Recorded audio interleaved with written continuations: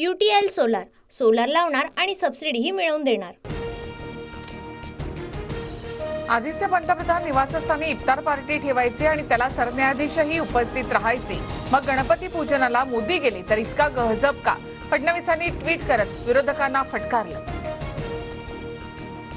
पंतप्रधान मोदींकडून काल सरन्यायाधीश चंद्रचूड यांच्या निवासस्थानी गणपतीचं दर्शन। शिवसेना राष्ट्रवादी संपवण्यासाठी न्यायालयाची मदत घेतली जाते का? आता न्याय मिळेल असं वाटत नाही, राऊतांची टीका।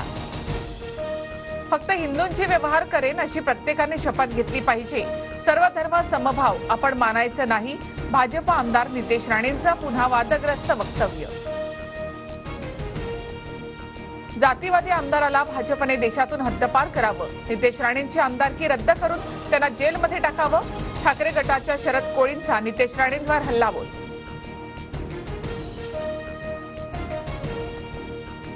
1,500 रुपयांमध्ये लाडकी बहीण होते का? 2 महिन्यात आमचं सरकार येईल तेव्हा 3,000 रुपये देऊ, संजय राऊतांची नांदेडमध्ये घोषणा। अजित पवार आणि मुख्यमंत्री शिंदेमध्ये रात्री 3 तास खलबतं। शहांनी सांगितलेला प्लान अंमलात आणण्याबाबत शिंदेगड दादा गटात आमने सामने येऊ शकणाऱ्या जागांवर चर्चा, सूत्रांची माहिती। येत्या 15 दिवसामध्ये 100 जागा जाहीर करण्याचं महायुतीचं लक्ष्य, तर भाजपचे 125 पेक्षा अधिक जागा जिंकण्याचं उद्दिष्ट।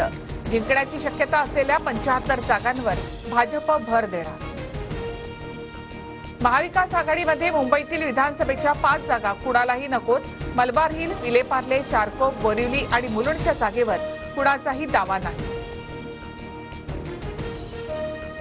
मुंबईतील 7 जागांसाठी महाविकास आघाडीत शरद पवार गट आग्रही, तर मुंबईतील 20 जागांवर ठाकरे आणि 18 जागांवर काँग्रेस ठाम। जागा वाटपामध्ये खेड आळंदीची जागा राष्ट्रवादीला सुटली तर पुन्हा दिलीप मोहिते पाटलांना आमदार करा। खेड आळंदीला लाल दिव्याची गाडी देतो, अजित पवारांचं आळंदीकरांना आश्वासन। अजितदादांच्या मेळाव्याच्या बॅनरवर पवार गटाचे खासदार अमोल कोल्हेंचा फोटो। राजकीय वर्तुळामध्ये चर्चांना उधाण। पुण्याच्या खेड विधानसभा मतदारसंघात दादांचा शेतकरी मेळावा। महाविकास आघाडी विधानसभेला 180 पेक्षा जास्त जागा जिंकणार। 125 जागांवर सहमती, उर्वरित जागांवर चर्चा सुरू, काँग्रेसचे नेते बाळासाहेब थोरात यांचा दावा। भाजप मंत्र्यांच्या प्रकल्पाला अजितदादांचा ब्रेक। लोणावळ्यामधील चाणक्य एक्सलन्स सेंटरची निविदा अजित पवारांकडून रद्द, नावात बदल करण्याच्या अजित पवारांच्या सूचना। नागपूरमधील लाहोरी बारच्या मालकाची संजय राऊतांच्या विरोधात तक्रार। नागपूर अपघात प्रकरणात राऊतांकडून संकेत बावनकुळे यांच्यासह 3घांवर बीफ कटलेट खाल्ल्याचा आरोप।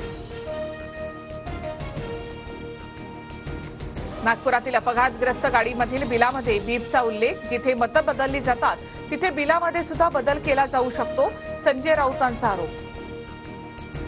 भाग्यश्री आत्राम यांचा शरद पवार गटामध्ये प्रवेश। जयंत पाटील, अनिल देशमुखांच्या उपस्थितीमध्ये पक्षप्रवेश।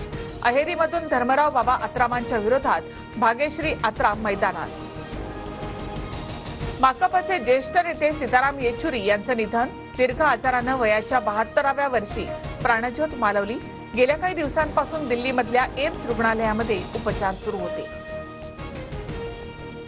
UTL सोलार सोलार लावणार आणि सबसिडीही मिळवून देणार।